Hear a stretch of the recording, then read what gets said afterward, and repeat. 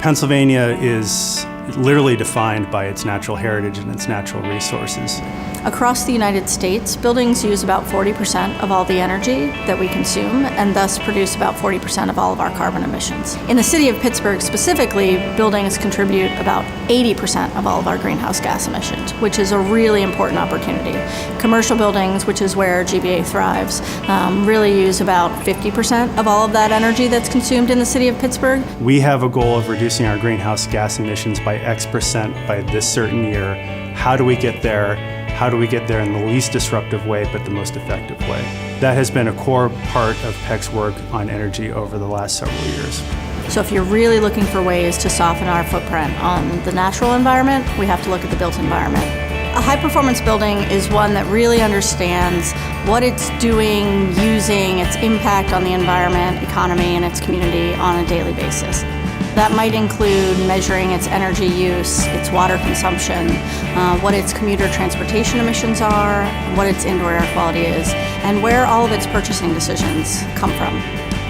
You may care about the built environment because you're a hunter or a fisher and you actually spend a lot of time outdoors. You may just be a biker and you enjoy, biking along river trails and things like that. Everybody has their own door into sustainability. The reason why I do what I do is because I love to be outside. I love to hike and bike and kayak, and I have an 11-year-old son who loves to do the same, and I want that to be there for him, and I want that to be there for his children.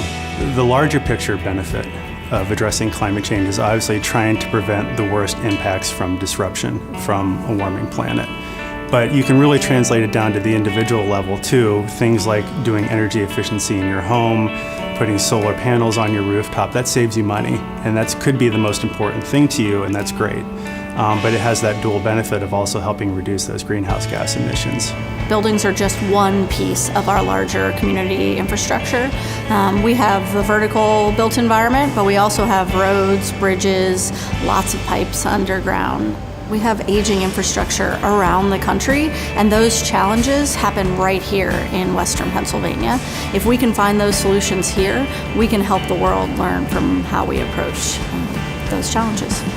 We value the opportunity to work with groups like the Green Building Alliance because we learn from them. They have the expertise, they're the ones who are going out there and doing the good work.